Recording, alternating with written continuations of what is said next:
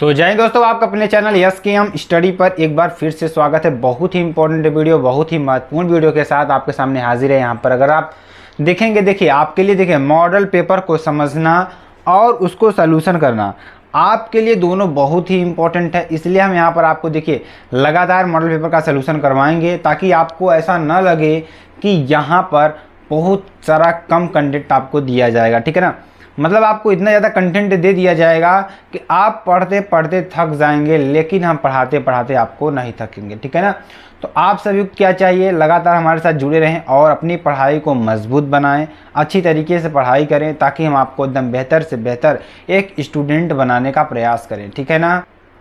और हाँ, अगर आपको कोर्स परचेज नंबर चाहिए ना, देखिए आपको बेहतरीन से बेहतरीन कोर्स दिया जाएगा इसमें। तो अगर आप कोर्स परचेज नंबर आपके सामने दिया गया है 7992087382, और एक दूसरा नंबर है 9569085427। ठीक है ना, दो नंबर पे आप कोर्स को परचेज कर सकते हैं। कोर्स में है क्या, फिजिक्स हैंड रिटन नोट्स आपको 49 रुपीज़ मिलेगा, यानी पर सब्जेक्ट आपको 49 रुपीज़ में मिलेगी। यहाँ पर फिजिक्स, केमिस्ट्री, बायोलॉजी तीनों को आपको मिलेगी। उसके बाद physics previous year paper solution 99 rupees में आपको मिलेगा। इसी तरीके से केमिस्ट्री, बायोलॉजी, हिंदी, इंग्लिश और math previous year paper solution, ठीक है ना, सारा आपको मिलेगा। ठीक है, और सबसे बड़ा बिग ऑफर आपके लिए क्या है, 2023-24 का 5 सब्जेक्ट का कोर्स आपको कितने मिलेगा, सिर्फ 499 रुपये, यानी कि 499 रुपये मिलेगा। और यहाँ पर आपको इसमें क्या क्या चीज़ें रहेंगी, notes plus previous year paper solution plus video भी रहेगा। ठीक है ना, जिसको भी कोर्स परचेज करना हो, ये व्हाट्सएप नंबर आपको दिया गया है, अक्सर आप व्हाट्सएप कर या कॉल करके इस नोट्स को जरूर परचेज कर सकते हैं। ठीक है ना, चलिए आगे चलते हैं। ध्यान दीजिएगा, ये आपका मॉडल पेपर ऐसे ही आएगा। ठीक है ना, अगर आप 12 की तैयारी कर रहे हैं तो आपको घबराना नहीं है, क्योंकि हम आपके साथ हैं हमेशा। ठीक है ना, तो ये आपका कुल मिलाकर 12 का भौतिक विज्ञान का पेपर है, और उसका सोल्यूशन हमने आपको इसकी कॉपी में कर कर आपको दिखाया हुआ है। ठीक है ना, तो अगर आपको अच्छी तरीके से समझना है तो आपको हमारे साथ बने रहने की ज़रूरत है, अच्छी तरीके से समझते रहने की ज़रूरत है। ठीक है ना, यहाँ पर अगर देखेंगे तो कॉपी में कुछ चीज़ें हैं आपको समझना जरूरी है। इंटरमीडिएट परीक्षा की कॉपी आपके लिए है, तो यहाँ पर केंद्राध्यक्ष एवं कक्ष निरीक्षकों को यह अधिकार होगा कि वे परिषद की परीक्षा में सम्मिलित होने वाले परीक्षार्थियों की तलाशी ले सकते हैं। मतलब जो आपके टीचर लगे होंगे क्लास में, उनका अधिकार है, उनका अधिकार, उनके पास अथॉरिटी रहती है कि वो आपकी कॉपी को क्या कर सकते हैं, चेक कर सकते हैं। ठीक है ना, और निम्नांकित क्रमांक 1 से 6 तक की पूर्ति परीक्षार्थी स्वयं करेंगे। ठीक है ना, और इस उत्तर पुस्तिका का प्रयोग करने से पहले परीक्षार्थी यह भी देख लें कि उस पर वही वर्ष परिच्छिद्रित है जिस वर्ष में वह परीक्षा दे रहा है। ठीक है ना, ये चीज़ आपको देख लेना है। चलिए आगे आपको बताते हैं। देखिए यहाँ पर क्या डालना है, परीक्षार्थी का अनुक्रमांक डालना है। परीक्षार्थी का अनुक्रमांक यहाँ पर शब्दों में, यहाँ पर अंकों में। ठीक, चलिए उसके बाद विषय एवं प्रश्न पत्र की बात करेंगे। तो विषय आपको यहाँ पर भौतिक विज्ञान। ठीक है ना, और अगर प्रश्न पत्र देखेंगे, प्रश्न पत्र यहाँ पर डाल देना है, और प्रश्न पत्र पर अंकित संकेतांक आपको यहाँ पर लिख देना है। ठीक है ना, परीक्षा का दिन, परीक्षा तिथि एवं पाली और केंद्र का नाम। ठीक है ना, ये सारी चीज़ें आपको यहाँ पर पुटअप करनी है। इसके अलावा जो नीचे दिया गया है वो आपको नहीं भरना है, ये आपके कक्ष निरीक्षक भरेंगे। ठीक है ना, चलिए अब थोड़ा मॉडल पेपर का आपको समझा देते हैं, मॉडल पेपर में क्या चीज़ें दी गई हैं। तो यहाँ पर देखिए, जैसे मॉडल पेपर आपको दिया गया है ना, तो यहाँ पर समय 3 घंटे 15 मिनट आपको दिया जाएगा। प्रारंभ के 15 मिनट परीक्षार्थियों को प्रश्न पत्र पढ़ने के लिए निर्धारित है। ठीक है ना, पूर्णांक 70 नंबर का आपको, 30 नंबर प्रैक्टिकल आपका होता है, आप सभी लोग जानते हैं। ठीक है ना, चलिए आगे चलते हैं। ध्यान दीजिएगा, बहुत ही इंपॉर्टेंट, बहुत ही महत्वपूर्ण है। ठीक है ना, खंड अ बहुविकल्पी है। ठीक है, क्या है, खंड अ क्या है, बहुविकल्पी है, जिसमें 6 प्रश्नों में से किन्हीं 3 प्रश्नों को हल कीजिए। किसमें, जिसमें 6 प्रश्नों में से किन्हीं 3 प्रश्नों को हल करना है आपको। ठीक, उसके बाद प्रत्येक प्रश्न आपके 2 अंक का है। जो प्रत्येक प्रश्न होगा आपका कितने अंक का होगा, 2 अंक का है। ठीक है ना, और ध्यान दीजिएगा यहाँ से आपको 6 नंबर का मिले। खंड ब की बात करेंगे तो खंड ब में ध्यान दीजिएगा, खंड ब अति लघुत्तरीय प्रश्न है, जिसमें 6 प्रश्नों में से किन्हीं 3 प्रश्नों को हल कीजिए, प्रत्येक प्रश्न 2 अंक का है। ठीक है ना, ये आपको करना है। चलिए अब यहाँ पर चलिए ध्यान दीजिएगा, क्वेश्चन नंबर की बात करेंगे। खंड अ में क्वेश्चन कौन कौन से, ठीक है ना, चलिए यहाँ पर देखिए कॉपी में भी, तो कॉपी में देखेंगे आपको क्वेश्चन सहित लिखा हुआ है सारा चीज़ें, ध्यान दीजिएगा।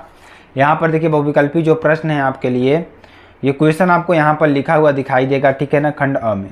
तो इस तरीके से हम आपको डायरेक्ट अब कॉपी में ही समझाने का प्रयास करेंगे ताकि आपको अच्छी तरीके से समझ में आ जाए, ठीक है ना। तो ध्यान दीजिएगा सभी लोग, दबा करके जो भी स्टूडेंट नए जुड़ेंगे ना वो दबा करके चैनल को शेयर कर देंगे, लाइक कमेंट सब्सक्राइब जरूर कर देंगे। साथ ही साथ बेल आइकन को आप लोग ज़रूर दबा लीजिएगा ताकि जो वीडियो की नोटिफिकेशन हो आपके स्क्रीन पर तुरंत ही पहुंच जाए, ठीक है ना। देखिए लगातार आपके लिए मेहनत की जा रही है, तो आपको लगातार भी आपको क्या करना होगा, पढ़ते रहना होगा, ठीक है। कोई टेंशन नहीं लेना है, आराम से पढ़ना है। आपको ये चीज़ नहीं करना है कि हम लास्ट में पढ़ेंगे, ये चीज़ आपको बिल्कुल भी नहीं करना है। तो आप इससे जितना बचेंगे तो आप उतना ही लाभान्वित होंगे और अच्छी तरीके से सारी चीज़ों को समझ भी पाएंगे। अल्फा कणों के प्रकीर्णन का कारण होता है, जो अल्फा कण के कणों का जो प्रकीर्णन का कारण होता है क्या होता है, तो अल्फा कणों के जो प्रकीर्णन का कारण होता है वो क्या होता है मेरे प्यारे बच्चों, कूलाम बल। क्या होता है, कूलाम का बल होता है। किसी पृष्ठ से उत्सर्जित फोटो इलेक्ट्रॉनों की संख्या निर्भर करती है, क्या कर रहा है, किसी पृष्ठ से उत्सर्जित फोटो इलेक्ट्रॉनों की जो संख्या है निर्भर करती है, किस पर निर्भर करेगी, आपतित प्रकाश की तीव्रता पर। किस पर, आपतित प्रकाश की तीव्रता पर, ठीक है ना, इस पर आपको निर्भर करेगी, ठीक है। चलिए, थोड़ा सा आर्सेनिक, क्या, थोड़ा सा आर्सेनिक सिलिकॉन में मिलाने पर उसकी चालकता क्या होती है। अगर हम थोड़ा सा आर्सेनिक मेरे प्यारे बच्चों क्या कर दें, हम सिलिकॉन में मिला दें, यशाई में मिला दें, तो उसकी चालकता क्या हो जाती है, बढ़ जाती है, ठीक है ना। ये चीज़ आपको लिखना है। सूक्ष्म तरंगों का आवृत्ति परास होता है, जो सूक्ष्म तरंगें होती हैं उनका आवृत्ति परास क्या होता है, तो सूक्ष्म तरंगों का जो आवृत्ति परास होता है वह कितना होता है, 3 × 10⁻12 से 3 × 10⁻19 हर्ट्ज तक होता है, ठीक है ना। चलिए आगे आपको बताते हैं अगला क्वेश्चन। देखिए क्वेश्चन आपको मॉडल पेपर का सारे क्वेश्चन इसमें लिख दिए गए हैं, तो इसलिए आपको टेंशन लेने की ज़रूरत नहीं है। सारे क्वेश्चंस भी आपके मिलेंगे और आंसर भी आपको मिलेगा। कॉपी में आपको इसी तरीके से राइटिंग का विशेष ध्यान देना है। अगर आपकी राइटिंग ख़राब रहेगी तो आपको क्या हो सकता है, राइटिंग अगर आपकी ख़राब रहेगी तो आपको नंबर काट दिया जा सकता है, ठीक है ना।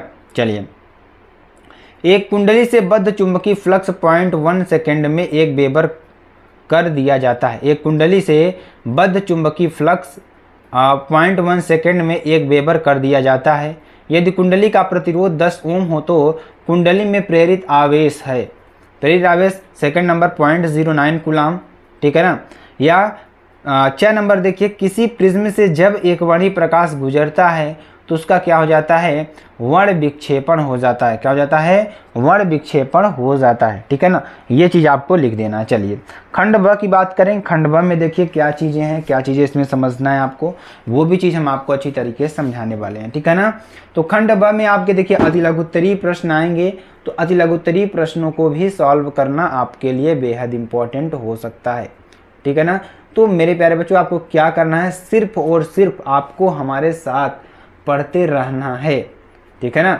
चलिए देखते हैं क्वेश्चन क्या है। दो समांतर धारावाही चालकों के बीच, किसके बीच, दो समांतर धारावाही चालकों के बीच लगने वाले बल का सूत्र, ठीक है ना, लगने वाले बल का सूत्र चिन्हों के अर्थ बताते हुए लिखिए। क्या करना है, चिन्हों के अर्थ बताते हुए आपको लिखना है। तो यहाँ पर देखेंगे F = क्या दे रखा है, μ0/2 पाई क्या दे रखा है, μ0/2 पाई और I1 I2/r² दे रखा है, ठीक है ना। तो यहाँ पर ध्यान दीजिएगा, अब हम इसको चिन्हों को बताएंगे जो चीज़ इसमें यूज की गई है, ठीक है ना। तो यहाँ पर देखेंगे I1 व I2 दोनों तारों में बहने वाली धाराएं हैं।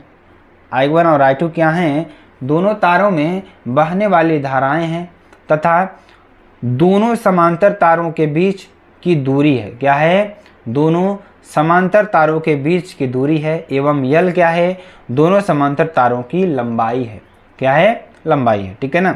चलिए ख नंबर की बात करेंगे। दृश्य प्रकाश परावैंगनी विकिरण एवं एक्स किरणों के फोटानों की ऊर्जा को घटते हुए क्रम में लिखिए। किसको, दृश्य प्रकाश परावैंगनी विकिरण एवं एक्स किरणों के फोटानों की ऊर्जा को घटते हुए क्रम में लिखिए।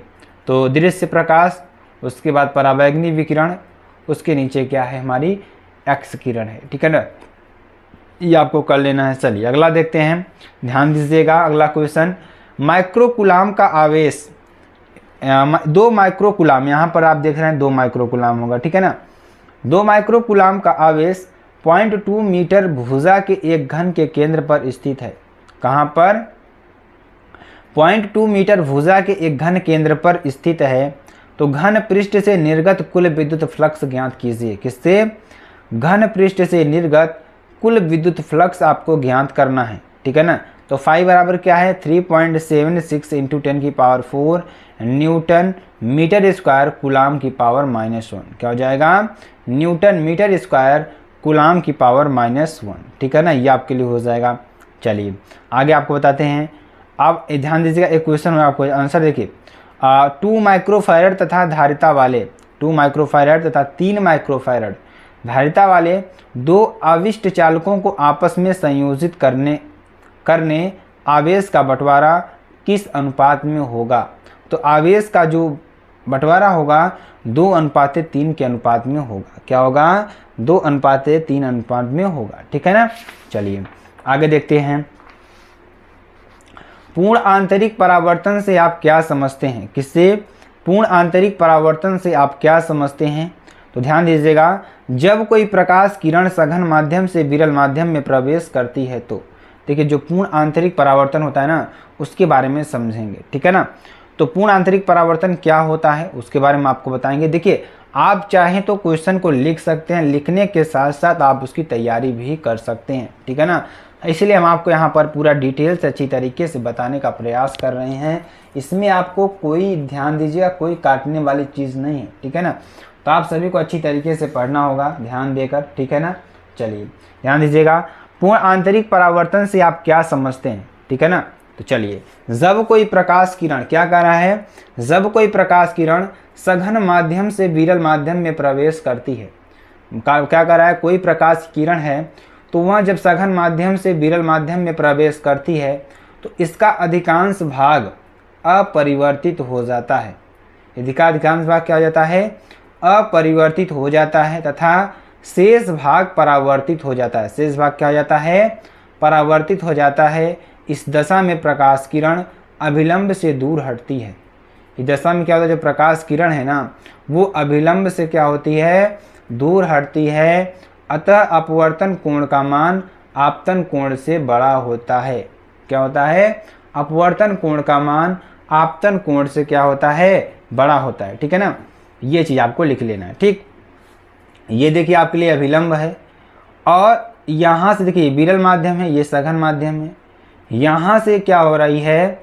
जब किरण यहाँ से देखिए किससे सघन माध्यम से विरल माध्यम में जाएगी तो अभिलंब से क्या होगी?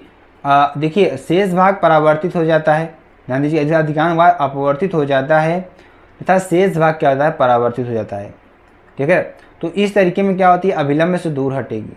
एक कंडीशन ऐसी आएगी कि जो यहाँ पे जो आपका अभिलंब है, जो आपका अपवर्तन का मान है, वो क्या हो जाता है? ध्यान दीजिएगा, इस अक्ष के बराबर में आ जाएगा, एक्स अक्ष के। उसके बाद एक कंडीशन ऐसी आएगी कि ये प्रकाश यहाँ से जाएगी, यहाँ से निकल आएगी, ठीक है ना। मतलब जिस माध्यम में गई उसी माध्यम में वापस लौट आई। तो इसी को हम क्या कहेंगे?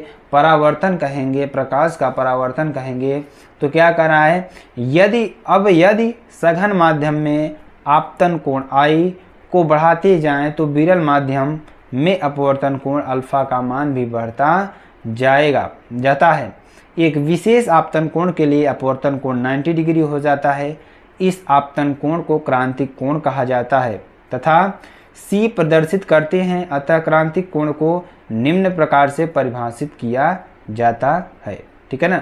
इस तरीके से परिभाषित किया जाता है। ये क्रांतिक कोण आपका है, ठीक है ना।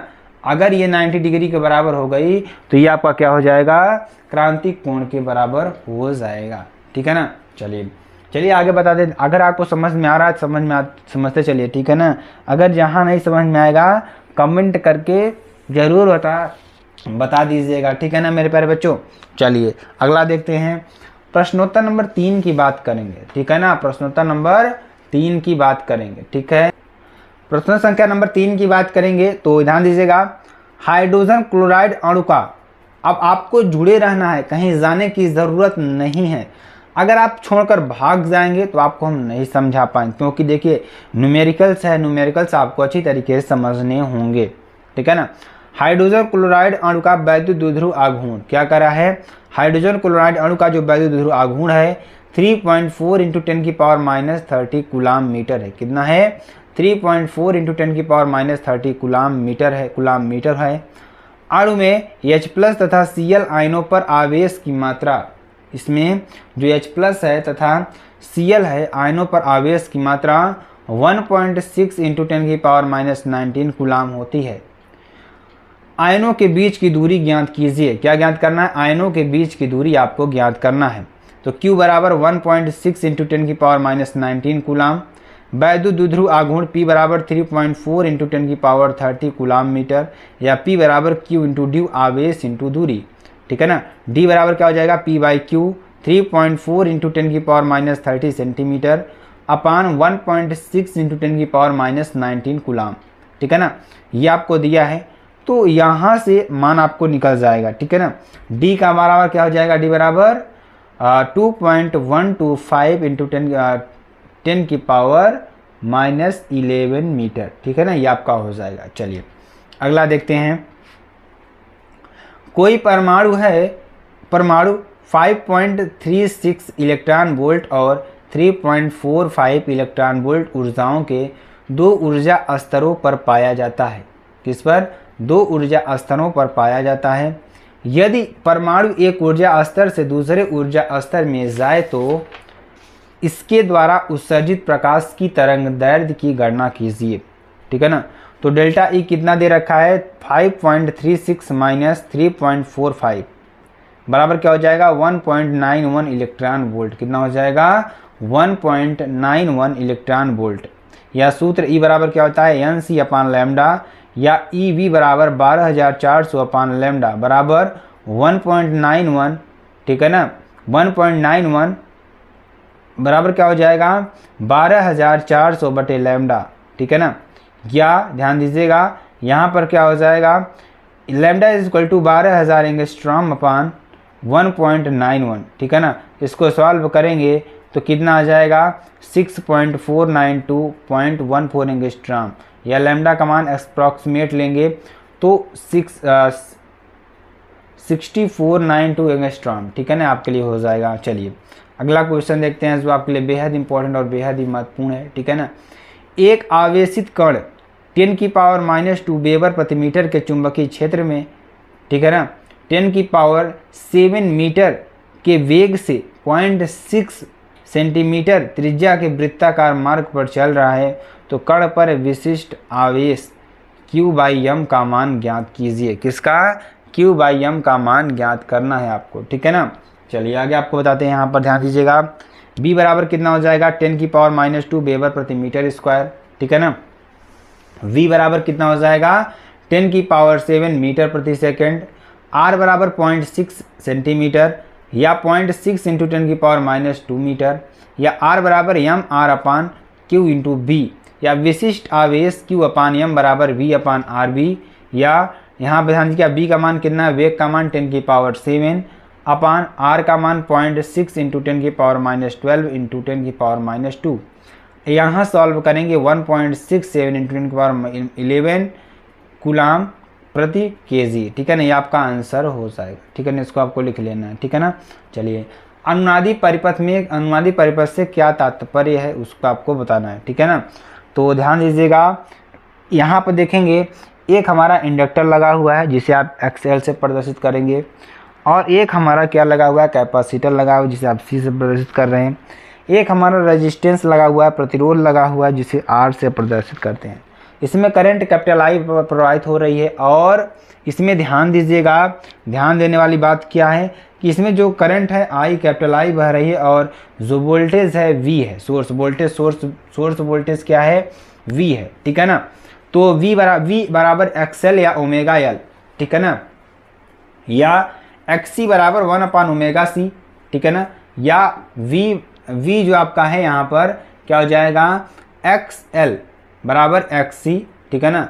यहाँ पर क्या हो जाएगा, XL बराबर XC यानी LCR अनुनादी स्थिति में, ठीक है ना। tan phi बराबर 0, या XL बराबर XC VR, ठीक है ना, आपके लिए हो जाएगा, जो कि बेहद इंपॉर्टेंट और बेहद ही महत्वपूर्ण है, ठीक है ना। चलिए अगला क्वेश्चन देखते हैं, जो कि आप वेरी वेरी मोस्ट इंपॉर्टेंट है मेरे प्यारे बच्चों। आप सभी को अच्छी तरीके से पढ़ते रहना है, ठीक है ना, अच्छी तरीके से पढ़ते रहना है। चलिए यहाँ पर देखेंगे अगला क्वेश्चन क्या है। एक उत्तल लेंस की फोकस दूरी 10 सेंटीमीटर था, एक अवतल लेंस की फोकस दूरी 50 सेंटीमीटर है। दोनों लेंस संपर्क में रखे गए हैं, दोनों लेंस क्या हैं, संपर्क में रखे गए हैं। इस युग्म को 2.5 सेंटीमीटर दूरी पर वस्तु रखी है, वस्तु के प्रतिबिंब की स्थिति ज्ञात कीजिए, ठीक है ना। दिया है उत्तल लेंस की फोकस दूरी f1 बराबर 10 सेंटीमीटर, अवतल लेंस की फोकस दूरी संपर्क दूरी f2 बराबर -50 सेंटीमीटर। दोनों लेंस संपर्क में रखे हैं, ठीक है ना। तो संयुक्त लेंस की फोकस दूरी 1/F बराबर 1/F1 प्लस 1/F2। तो क्या हो जाएगा यहाँ पर 1/F बराबर 1/10 प्लस 1/-50 या 1/F बराबर 1/10 माइनस 1/50 या 5-1/50। देखिए जब हम 50 एलसीएम लेंगे तो 10 × 5 = 50, 5 ऊपर चला जाएगा और 50 × 50 यहाँ पर हो जाएगा 50, यानी कि 1 हो जाएगा। तो 4/50 यानी कि 2/25। तो युग्म में से वस्तु की दूरी u बराबर 25 सेंटीमीटर दिया है। तो लेंस का सूत्र क्या होता है, 1/F बराबर 1/v माइनस 1/u बराबर, यहाँ पे 1/v बराबर 1/F प्लस 1/u या 1/v बराबर 2/25 प्लस 1/25 बराबर 3/25 या v बराबर 25/3 या 8.33 सेंटीमीटर सॉल्व कर लेंगे, ठीक है ना, इस तरीके से। चलिए आगे आपको बता, तो अगला क्वेश्चन देखिए क्या है। यल लंबाई के तार से, जो मान लीजिए कोई तार है उसका लंबाई कितना दे रखा है, यल लंबाई के तार से एक वृत्ताकार कुंडली बनाई गई है। क्या बनाई गई है, एक वृत्ताकार कुंडली बनाई गई है। इस कुंडली को B तीव्रता के एक चुंबकीय क्षेत्र में लटकाया गया है, इसमें B तीव्रता के चुंबकीय क्षेत्र में लटकाया गया है। यदि कुंडली में धारा प्रवाहित की धारा तो, यानी कुंडली में I धारा प्रवाहित की धारा तो सिद्ध कीजिए कि इस पर अधिकतम बल आघूर्ण तब लगेगा जब कुंडली में केवल एक ही फेरा होगा, ठीक है ना। टाउ मैक्स बराबर क्या हो जाएगा, NIAB, समीकरण नंबर 1। n क्या है, फेरों की संख्या है, I क्या है, धारा है। तो L बराबर n × 2πr या A बराबर क्या हो जाएगा, अनुप्रस्थ काट का क्षेत्रफल, चुंबकीय क्षेत्र, L तार की लंबाई, R कुंडली की त्रिज्या। तो टाउ मैक्स बराबर क्या हो जाएगा, NI πBL²/4π²n², ठीक है ना। या टाउ मैक्स बराबर क्या हो जाएगा, is directly proportional to NI² या टाउ बढ़ेगा तो n घटेगा, ठीक है ना, ये आपके लिए हो जाएगा। चलिए आगे आपको बताते हैं। अगला क्वेश्चन प्रश्न नंबर 5 की बात करेंगे, ठीक है ना। चलिए 5 के ख की बात करेंगे तो भूचुंबकत्व के विभिन्न अवयव क्या हैं। जो भूचुंबकत्व होता है उसके विभिन्न अवयव क्या हैं, इन्हें परिभाषित कीजिए, ठीक है ना। एक बार फिर से ध्यान दीजिएगा, यहाँ पर आपको कोर्स का नंबर परचेज किया गया है, आप कोर्स को परचेज कर सकते हैं। आपके लिए सिर्फ और सिर्फ आपके लिए बनाया गया है। यहाँ पर आप व्हाट्सएप कर सकते हैं या आप डायरेक्ट कॉल भी कर सकते हैं, ठीक है ना। और बेटर रहेगा कि आप लोग व्हाट्सएप कॉल करिए, डायरेक्ट आपको नोट्स वहीं से प्रोवाइड हो जाएगी। फिजिक्स का अगर आपको नोट्स चाहिए, हैंड रिटन नोट्स है 49 रुपीज़ में, आप 49 रुपीज़ में आपको मिल जाएगा, जिसमें आपको फिजिक्स की पूरी हैंड रिटन नोट्स रहेगी, पूरा फुल सिलेबस।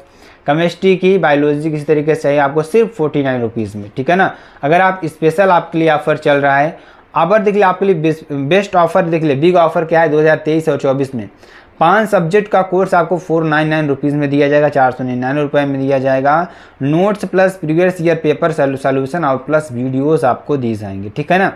इसमें फिजिक्स, केमिस्ट्री, बायोलॉजी, हिंदी और इंग्लिश का, आपको मैथ का पूरा प्रीवियस ईयर का क्वेश्चन पेपर सॉल्यूशन आपको दिया जाएगा, ठीक है ना। चलिए आगे आपको बताते हैं। अब ध्यान दीजिएगा, इन्हें परिभाषित कीजिए। पहला, पृथ्वी के भूचुंबकत्व के प्रमाण, यानी कि पृथ्वी चुंबकित है, इसका प्रमाण कैसे हम आपको दे सकते हैं, ठीक है ना। ध्यान दीजिएगा, स्वतंत्रता पूर्वक लटकाए गए चुंबक का सदैव उत्तर दक्षिण दिशा में ठहरना। देखिए अगर हम किसी चुंबक को स्वतंत्रता पूर्वक लटका देते हैं ना, तो वो किसमें, ध्यान दीजिएगा, उत्तर और दक्षिण दिशा में क्या हो जाता है, ठहर जाता है। ठीक, तो ये आपका हो जाएगा एक। या पृथ्वी में गाड़ने पर लोहे की टुकड़े का कुछ समय बाद चुंबक बनना। अगर हम किसी लोहे की छड़ को पृथ्वी के अंदर हम गाड़ देते हैं तो उसमें देखेंगे आप चुंबक का गुण आ जाता है। उदासीन बिंदुओं का मिलना, ठीक है ना, उदासीन बिंदुओं का मिलना। चलिए, चुंबकत्व के मौलिक तत्व, चुंबकत्व के मौलिक तत्व क्या क्या हैं? तो पृथ्वी भी एक चुंबक की भांति व्यवहार करती है। पृथ्वी जो है वह चुंबक की भांति व्यवहार करती है। पृथ्वी के इस गुण को भूचुंबकत्व कहते हैं। पृथ्वी के इस गुण को हम क्या कहेंगे, भूचुंबकत्व कहते हैं। किसी स्थान पर पृथ्वी के भूचुंबकत्व का अध्ययन करने के लिए जिन राशियों की आवश्यकता, भूचुंबकत्व के निम्नलिखित 3 अवयव हैं। कौन कौन से? ध्यान दीजिएगा, द्विपात कोण, पहला क्या है, द्विपात कोण। द्विपात एंगल ऑफ डिसलिनेशन, ठीक है ना। किसी स्थान पर अपने गुरुत्व केंद्र से स्वतंत्रतापूर्वक लटकी चुंबकीय सुई के अक्ष से गुजरने वाले ऊर्ध्वाधर तल को चुंबकीय याम्योत्तर कहते हैं। क्या कहते हैं? चुंबकीय याम्योत्तर कहते हैं। इसी प्रकार किसी स्थान पर पृथ्वी के भौगोलिक उत्तरी तथा दक्षिणी ध्रुवों को मिलाने वाली रेखा में से गुजरने वाले ऊर्ध्वाधर तल को भौगोलिक याम्योत्तर कहते हैं। पृथ्वी तल के किसी स्थान पर चुंबकीय याम्योत्तर एवं भौगोलिक याम्योत्तर के बीच बने न्यून कोण को द्विपात कोण कहते हैं। क्या कहते हैं? द्विपात कोण कहते हैं। अगला देखेंगे नति कोण, नति कोण अथवा नमन कोण, ठीक है ना। तो एंगल ऑफ डिप की बात करेंगे, डिप्लीनेशन की बात करेंगे तो चुंबकीय सुई द्वारा क्षैतिज रेखा के साथ, किसके द्वारा? चुंबकीय सुई के द्वारा क्षैतिज रेखा के साथ जितने अंश का कोण बनता है उसे नति या नमन कोण कहते हैं, ठीक है ना। अथवा जब कोई चुंबकीय सुई या कंपास सुई क्षैतिज रेखा या मध्य रेखा के साथ बनाए गए न्यून कोण को नति या नमन कोण कहते हैं। इसे थीटा डिग्री से प्रदर्शित करते हैं, ठीक है ना। ये आपके लिए हो जाएगा। चलिए अगला देखते हैं। अब देखेंगे नति या नमन कोण का मान चुंबकीय उत्तरी व ध्रुव व चुंबकीय क्षत्रीय ध्रुव पर 90 डिग्री होता है। उत्तरी ध्रुव एवं चुंबकीय दक्षिणी ध्रुव पर क्या होता है? 90 डिग्री होता है तथा भूमध्य रेखा पर 0 होता है। कहाँ पर? भूमध्य रेखा पर क्या होगा? 0 होता है, ठीक है ना। चलिए अगला देखते हैं, जो आपके लिए क्वेश्चन बहुत ही इंपॉर्टेंट है, बहुत ही महत्वपूर्ण है, ठीक है ना। यहाँ देखिए, मुक्त इलेक्ट्रॉनों के अनुगमन वेग से आप क्या समझते हैं? अनुगमन वेग के आधार पर ओम का नियम कीजिए। देखिए जो निगमन है हम आपको इसमें तो समझा नहीं पाएंगे, अच्छी तरीके से हम आपको बाद में समझाएंगे, ध्यान दीजिएगा, ठीक है ना। अनुगमन वेग क्या होता है? इलेक्ट्रॉनों को प्राप्त वह सूक्ष्म नियम वेग, क्या? इलेक्ट्रॉनों को प्राप्त वह सूक्ष्म नियम वेग जो मुक्त इलेक्ट्रॉनों को तार की लंबाई के अनुदिश उच्च विभव वाले सिरों की ओर गति के लिए प्रेरित करता है, अनुगमन वेग कहलाता है, ठीक है ना। ओम के आधार से तो माना किसी चालक की लंबाई L, देखिए अगर यहाँ पर प्रूफ कर रहा है, प्रूफ आपको यहाँ पर नहीं बताएंगे क्योंकि प्रूफिंग बहुत लंबा है। तो इस तरीके से आपको ओम का नियम क्या होता है? R = V/I होता है, जिसे आप R क्या है? नियतांक है। तो यही ओम का नियम होता है, इसको हम बाद में आपको अच्छी तरीके से समझाएंगे, ठीक है ना।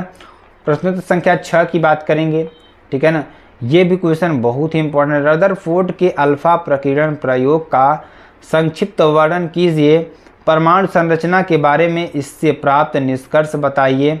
रदरफोर्ड का अल्फा कणों के प्रकीर्णन का प्रयोग क्या है?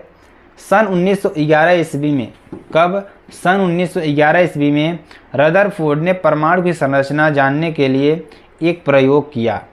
कब? सन 1911 ईस्वी में रदरफोर्ड ने परमाणु की संरचना जानने के लिए एक प्रयोग किया। इसमें रदरफोर्ड ने रेडियो एक्टिव तथा पोलोनियम से अधिक गतिज ऊर्जा से, किससे? रेडियो एक्टिव तत्व पोलोनियम से अधिक गतिज ऊर्जा से निकलने वाली अल्फा किरणों के एक बारीक किरण पुंज को एक बहुत पतले स्वर्ण पत्र पर गिराया गया। तो पूरे प्रबंध को निर्वात में रखकर देखा कि स्वर्ण पत्र में से गुजरते हुए अल्फा कण विभिन्न दिशाओं में विक्षेपित हो जाते हैं। पूरे प्रबंध को निर्वात में इसलिए रखा जिससे कि अल्फा कणों की आयु के कणों से कोई टक्कर ना हो। अल्फा कणों के अपने मार्ग से विक्षेपित होने की इस क्रिया को प्रकीर्णन कहते हैं। स्वर्णपत्र से अलग अलग कोणों पर प्रकीर्णित अल्फा कणों को एक प्रस्फुर गणित द्वारा गिना गया। रदरफोर्ड ने अपने इस प्रयोग से निम्नलिखित महत्वपूर्ण तथ्य प्राप्त किए। अधिकांश अल्फा कण अपने मार्ग से छोटे कोण यानी 90 डिग्री से कम बनाते हुए विक्षेपित हो जाते हैं। चूँकि अल्फा कण धन आवेशित हैं, अतः यह किसी धन आवेशित वस्तु से ही विक्षेपित हो सकते हैं। इस आधार पर रदरफोर्ड ने यह माना कि परमाणु का संपूर्ण धनावेश परमाणु के अंदर एक छोटे से स्थान पर केंद्रित रहता है। ठीक है ना। अगला देखेंगे, जब कोई अल्फा कण स्वर्णपत्र के परमाणुओं में से गुजरता है तो उस पर नाभिक द्वारा लगाया गया प्रतिकर्षण बल कूलाम के नियमानुसार नाभिक से दूरी के वर्ग के व्युत्क्रमानुपाती होती है। परमाणु से गुजरते समय जो कण नाभिक से दूर रहता है उस पर प्रतिकर्षण बल इतना कम लगता है कि वह बिना विक्षेप के अपने मार्ग पर चला जाता है। ठीक है ना। देखिए, जब उन्होंने प्रयोग किया तो कुछ कण ऐसे थे जो सीधे निकल जा रहे थे, कुछ कण ऐसे जो उसी मार्ग में वापस लौट आ रहे थे, कुछ कण ऐसे जो दक्षिण दिशा में, कुछ पूर्व दिशा में, इस तरीके से उन्होंने देखा। ठीक है ना। और उन्होंने कहा परंतु जो कण नाभिक के समीप से गुजरता है उस पर अधिक प्रतिकर्षण बल लगता है और वह उतने ही बड़ी कोण से प्रकीर्णित हो जाता है। कूलाम के नियम से रदरफोर्ड ने विभिन्न कोणों पर प्रकीर्णित होने वाले कणों का परिकलन करके पाया कि कूलाम का नियम परमाणुवीय दूरियों के लिए भी होता है। ठीक है ना। यह आपके लिए हो जाएगा। प्रश्नोत्तर नंबर 7 बहुत ही इंपॉर्टेंट, बहुत ही महत्वपूर्ण, वेरी बहुत ज़्यादा बार पूछा गया प्रश्न है। ठीक है ना। पीएन संधि डायोड की पूर्ण तरंग दृष्टिकरण की प्रक्रिया परिपथ खींचकर समझाइए। ठीक है ना। तो पीएन संधि डायोड पूर्ण तरंग दृष्टिकारी के रूप में, तो पूर्ण तरंग दृष्टिकरण क्रिया में निवेशी प्रत्यावर्ती वोल्टेज के दोनों अर्धचक्रों के समय निर्गत धारा एक ही दिशा में प्राप्त होती है।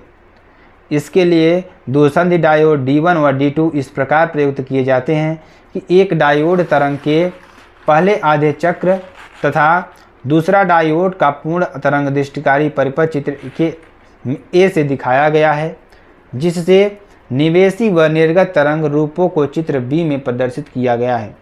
जिस प्रत्यावर्ती वोल्टेज का दृष्टिकरण करना है, अर्थात निवेशी प्रत्यावर्ती वोल्टेज। ठीक है ना। यहाँ पर ध्यान दीजिएगा, एक ट्रांसफार्मर की प्राथमिक कुंडली P के सिरों के बीच जोड़ते हैं तो ट्रांसफार्मर की द्वितीय कुंडली में A व B सिरों को पीएन संधि डायोड P क्षेत्रों से जोड़ते हैं। ठीक है ना। इस तरीके से आपको ध्यान देना है। ठीक है ना। चलिए अगला क्वेश्चन देखिए, प्रश्न नंबर 8 की बात करेंगे। ठीक है ना, जो कि आपके लिए बेहद इंपॉर्टेंट और बेहद ही महत्वपूर्ण है। ठीक है ना। चलिए ध्यान दीजिएगा, बहुत ही इंपॉर्टेंट है, बहुत ही महत्वपूर्ण है। ठीक है ना। सौर सेल की क्या कह रहा है, सौर सेल की रचना तथा कार्यविधि को समझाइए। तो सौर सेल एक विशिष्ट प्रकार का अनअभिनत पीएन संधि डायोड होता है, जो अब अग्र अभिनत यहाँ पर होगा। ठीक है ना। यहाँ पर हमें फॉरवर्ड वाइज आपको करना है, जो सौर ऊर्जा को विद्युत ऊर्जा में परिवर्तित करता है। और सेल में पीएन संधि डायोड का पी टाइप क्षेत्र काफ़ी पतला होता है, जिससे इस पर आपतित प्रकाश फोटॉन बिना अधिक आवेशित हुए पीएन संधि पर पहुंच जाते हैं। पी टाइप क्षेत्र से एक धात्विक अंगुलीनुमा इलेक्ट्रोड संबंधित रहता है। कार्यविधि की बात करेंगे तो सौर सेल बनाने के लिए सिलिकॉन अर्धचालक Eg 1.2 इलेक्ट्रॉन वोल्ट तथा गैलियम आर्सेनाइड अर्धचालक GaAs Eg 1.53 इलेक्ट्रॉन वोल्ट का प्रयोग किया जाता है, क्योंकि सौर विकिरण की अधिकतम ऊर्जा लगभग 1.5 इलेक्ट्रॉन वोल्ट की होती है। गैलियम आर्सेनाइड की फोटॉन अवशोषण क्षमता लगभग 10⁴ प्रति सेंटीमीटर अति उच्च होती है, अतः यह सौर सेल बनाने के लिए सिलिकॉन की तुलना में श्रेष्ठ है। जब सूर्य का प्रकाश सौर सेल पर आपतित होता है तो यह पी टाइप क्षेत्र को पार कर पीएन संधि पर पहुंच जाता है। जहां पर यह पी टाइप क्षेत्र को पार कर पीएन संधि पर पहुंच जाता है, जहां पर यह सहसंयोजी बंधों को तोड़कर इलेक्ट्रॉन कोटर युग्म उत्पन्न कर देता है। देखिए, आपको पीछे से मैंने छोड़ दिया था, 2 का अंगा आँख की समंजन क्षमता से क्या अभिप्राय है। ठीक है ना। तो नेत्र लेंस की अपनी फोकस दूरी बदलने की क्षमता को नेत्र की समंजन क्षमता कहते हैं। ठीक है ना। वैद्युत चुंबकीय तरंग के अभिलक्षण लिखिए, किसका, वैद्युत चुंबकीय तरंग के अभिलक्षण आपको लिखना है, ठीक है ना। ये तरंगे त्वरित एवं दोलायमान आवेशों से उत्पन्न होता है, ठीक है ना। पहला, इन तरंगों के विद्युत क्षेत्र पर चुंबकीय क्षेत्र के दोलनों की दिशाएं परस्पर लंबवत होती है, ठीक है ना। तरंग संचरण की दिशा दोनों क्षेत्रों की कंपन दिशाओं के लंबवत होती है, ठीक है ना। 5 के अंगा की बात करेंगे, ठीक है ना। ये भी क्वेश्चन बहुत ही इंपॉर्टेंट था। देखिए ये क्वेश्चन आपको कर लेना। देखिए 3 के क की बात करेंगे, ठीक है ना। संधि डायोड का उत्क्रम यानी कि पश्च बायस अभिनत प्रकार बताइए, ठीक है ना। फॉरवर्ड बायस, ध्यान दीजिएगा, फॉरवर्ड बायस धारा को वोल्टेज के बीच ग्राफ खींचकर व्याख्या कीजिए, ठीक है ना। तो यहाँ पर ध्यान दीजिएगा पीएन है, जब हम पी टाइप को एन से जोड़ यानी कि निगेटिव जोड़ेंगे ना, तब यहाँ क्या हो जाएगा, रिवर्स बायस में काम करने लगेगा, ठीक है ना, इस तरीके से। चलिए ये देखिए आपके लिए कुछ फिगर है, तो यहाँ पे भंजक विभव आपके लिए होगा, ठीक है ना। पश्च अभिनत पश्चगामी अत्यधिक डोपिंग, ठीक है ना। चलिए अब देखिए प्रश्नोत्तर नंबर संख्या 9 की बात करेंगे, ठीक है ना। यौगिक सूक्ष्मदर्शी में किरण आरेख द्वारा प्रतिबिंब का बनना समझाते हुए आवर्धन क्षमता के लिए सूत्र लिखिए। तो काफ़ी लंबा क्वेश्चन है, इसको हम आपको सिलेबस में कंप्लीट कराएंगे, तो आपको घबराना नहीं है, ठीक है ना। तो मेरे प्यारे बच्चों, अगर आपको वीडियो पसंद आती है आप चैनल को लाइक शेयर कमेंट सब्सक्राइब जरूर कर सकते हैं। अगर आपको कोर्स परचेज करना है तो इस कोर्स को आप परचेज कर सकते हैं, आपके लिए बिग ऑफर है, ठीक है ना। तो फिर मिलते हैं नेक्स्ट वीडियो में नए टॉपिक के साथ। अब तक के लिए जय हिंद, जय Bharat, bye bye, take care.